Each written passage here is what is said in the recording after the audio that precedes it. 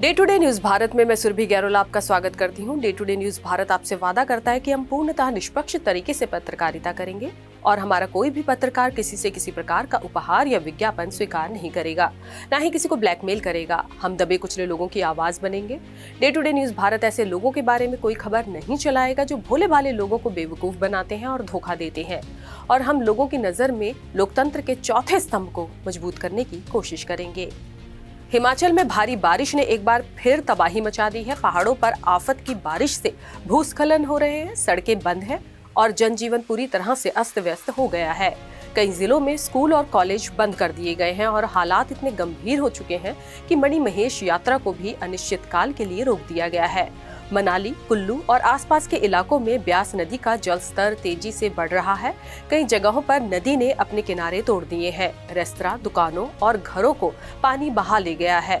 वहीं पौंग डैम का जलस्तर भी खतरे के निशान से महज 1 फीट नीचे है। BBMB लगातार पानी छोड़ रहा है और प्रशासन अलर्ट मोड पर है। लोगों से अपील की जा रही है कि वे निचले इलाके से दूर रहें और प्रशासन के निर्देशों का पालन करें।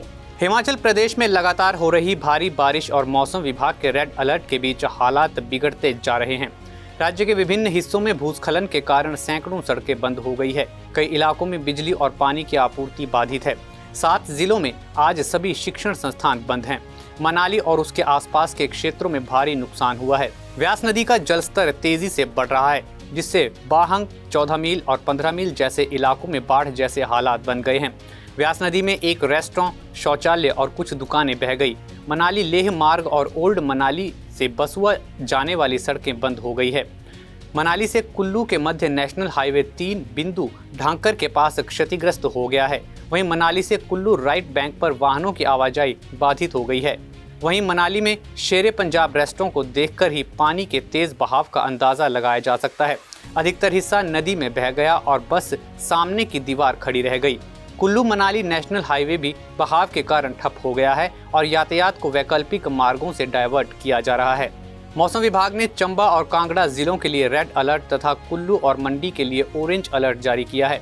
हमीरपुर, बिलासपुर और ऊना में येलो अलर्ट जारी हुआ है।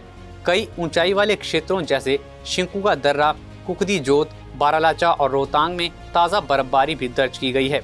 1 सितंबर तक बारिश का दौर जारी रहने की संभावना है।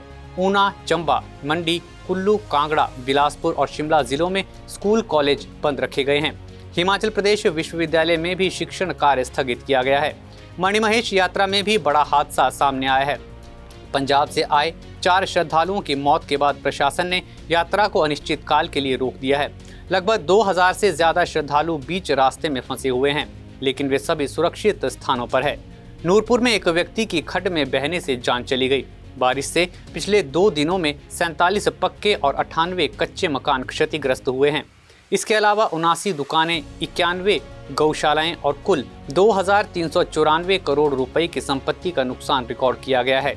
इस मानसून सीजन में अब तक 306 लोगों की जान जा चुकी है। 367 लोग घायल हुए हैं और 38 लोग लापता है। भूस्खलन, बाढ़ और सड़क हादसे ने भारी तबाही मचाई है। पौंग डैम का जलस्तर खतरे के निशान पर पहुंच गया है।